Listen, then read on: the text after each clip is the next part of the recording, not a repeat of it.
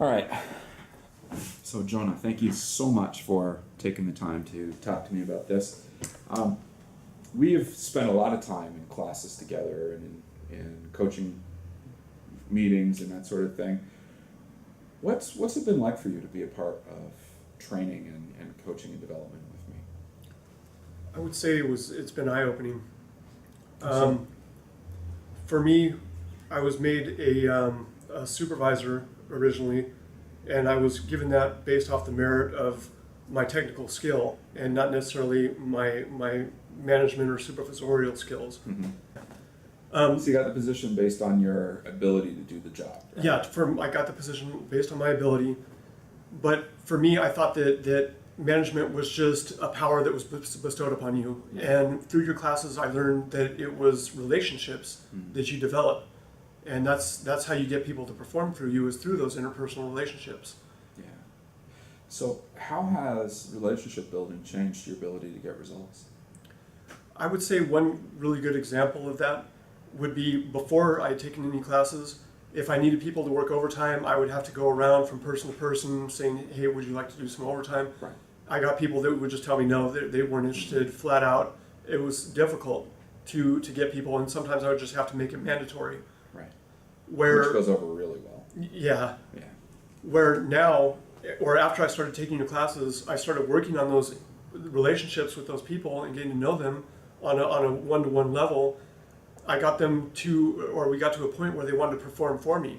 And when I would ask people if they would do overtime, a lot of times they would just say yes automatically, but sometimes you could see them stop and think about it. Right. And weigh it, that they didn't really want to do it, but they went ahead and accepted it for me. Right.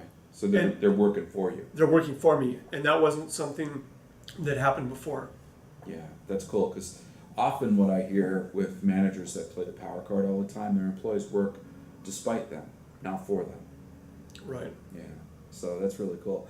Now, if I understand, you're a quality manager in a Southern California distribution company, and, well, you're company in the United States, but the distribution arm here in Southern California. And you recently underwent a transition from one building to another, right, with a huge amount of overtime. Yes, that's correct. My employees were getting up to 86 hours of overtime, or not overtime, but 86 hours in a week, so 46 hours of overtime in a week. It's a crazy amount of extra time required Yes. to get through the transition. Yeah, it was a lot of work and a lot of stress. I had 4 employees that knew how to do scanning, and I had to split them in between 2 different buildings and 2 different shifts. So, one of the things that I struggle with sometimes in conveying to senior managers is the ROI on training. And, when you told me this story earlier, it really struck me that you started to talk about how your employees and you had gone through this process and you didn't miss an order.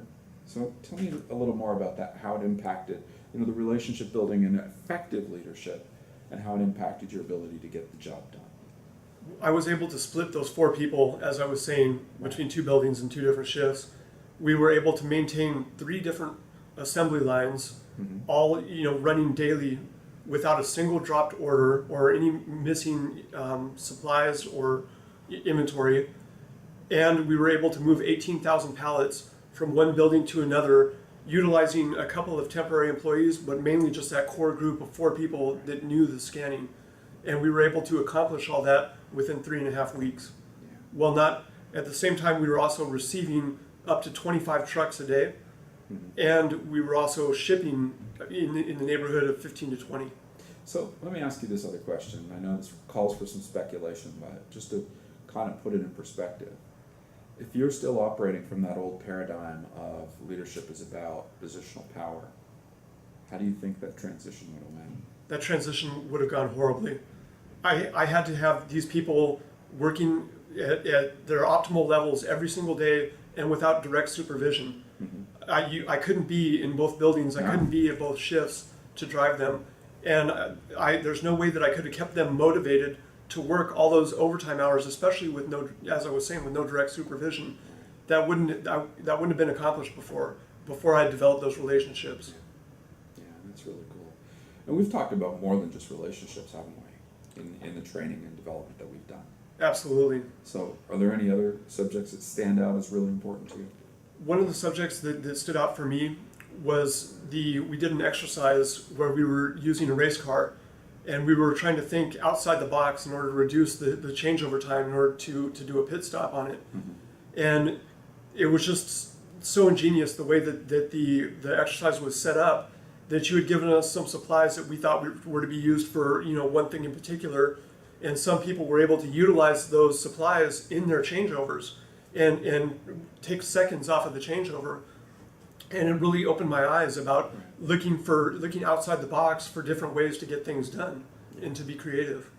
Yeah, that's cool. And so context, taking seconds off may seem like a vague thing, but in that exercise, when you start out, it's usually you're taking about 45 seconds to do the changeover. Right. By the time you get good at it, you're down to about 20. Right. So it's actually a large, it's a huge deal. Right. So now we talk about taking seconds off of 20, and now you're talking about a 25 to 33% improvement.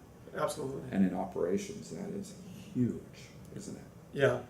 So it's really it's opened up a new dimension for me to really try to constantly look outside the box in everything, every job or every task that we do.